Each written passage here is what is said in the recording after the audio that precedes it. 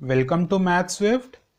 In this video, we'll see how the concepts of ratio can be used to make solving questions on rate, time and work a cakewalk. So let's begin. The first question says that A and B take turns in doing a work, with each working 2 days at a time. If A begins, they complete the work in exactly 14 days, and if B begins, they take half a day more. Now one might think that if they do it turn-wise, they take 14 days, so if they do it together, they would take half the time, that is 7 days, right? Wrong.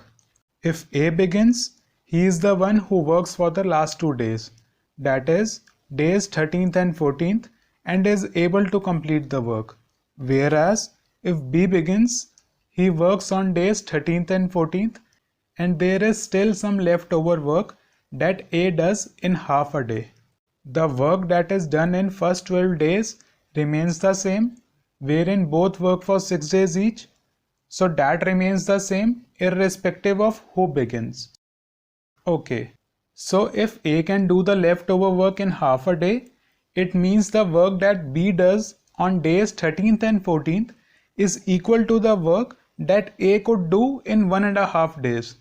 So what A can do in 1.5 days, B does in 2 days. And since the efficiencies or rates are in the inverse ratio of time taken,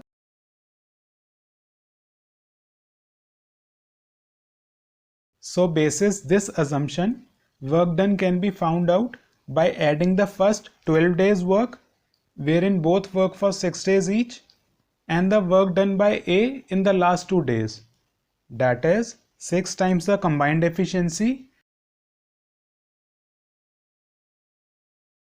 plus 2 times A's efficiency, which comes out to be 50 units.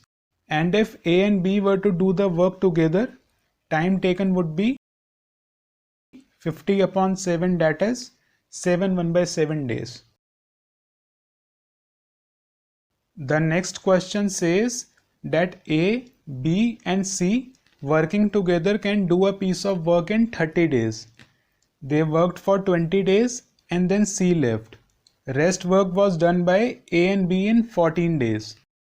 Now we can do two things over here. First, if we notice that had C not left, what A, B and C could do in 10 more days, the same work is done by A and B in 14 days, which means the ratio of efficiencies of A plus B plus C and A plus B is 7:5. Basis this ratio, the efficiency of C would be 2 units. Now, these are not the actual values of efficiencies, these are just the assumed values in the given ratio. That is to say, if the combined efficiency of A, B and C is 7 units, the efficiency of C would be 2 units. So, if A, B and C with a combined efficiency of 7 units can do the work in 30 days, C alone with an efficiency of 2 units would do the work in 30 into 7 upon 2, that is 105 days. Now, one could also interpret the question this way, that due to C leaving 10 days ahead of the intended period of completion, A and B had to work for 4, that is 14 minus 10 additional days, which means that what C could do in 10 days, A and B do in 4 days. So we get the ratio of efficiencies of C and A plus B as 2:5. Using the combined efficiency of A, B and C, that is 2 plus 5, which is equal to 7 units, we can find the time taken by C to do the entire work alone. Moving on to the next question. It says that machine A working alone takes 4 hours more than what machines A and B working together take to do a certain piece of work. We can assume the time taken by A and B together to do the work to be T hours.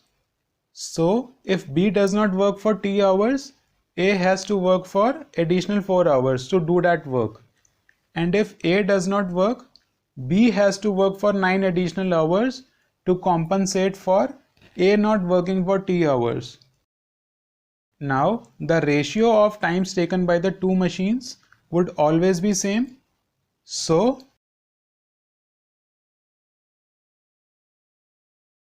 the time taken by both the machines to do the work comes out to be 6 hours. Moving on to the next question.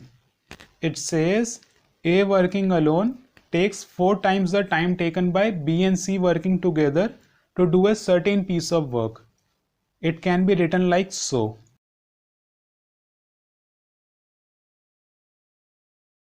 Since the work done is constant here, if A works alone or B plus C work together, efficiencies would be in the inverse ratio. Now, these values are just units and not the actual values. Similarly, if we interpret the second statement, we can then say that the efficiencies of B and A plus C would be in the ratio 1:3. Now, if we look at the first case, we see that the sum of the efficiencies of A, B and C comes out to be 5 units, whereas in the second case, it comes out to be 4 units. Since the two cannot be different, let's make them equal, and for that we multiply the first one by 4 like so and the second one by 5. Doing so, the efficiency of A comes out to be as 4 units and that of B as 5 units. The efficiency of C can be found out using this.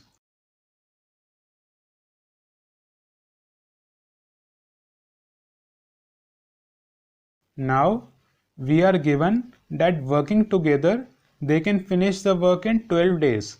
Working together means the combined efficiency of A, B and C, that is 20 units, multiplied by the time taken, that is 12 days, and we get the total work as 240 units.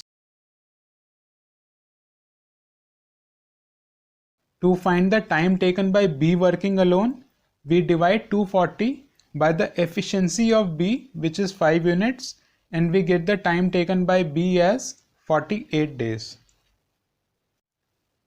So that is it for this video. If you have any queries and or suggestions, please leave them down below in the comment section. And if you found this video helpful, make sure you do give it a like, subscribe and share, as it will help me continue doing this work. See you in the next video. Till then, bye bye. Take care.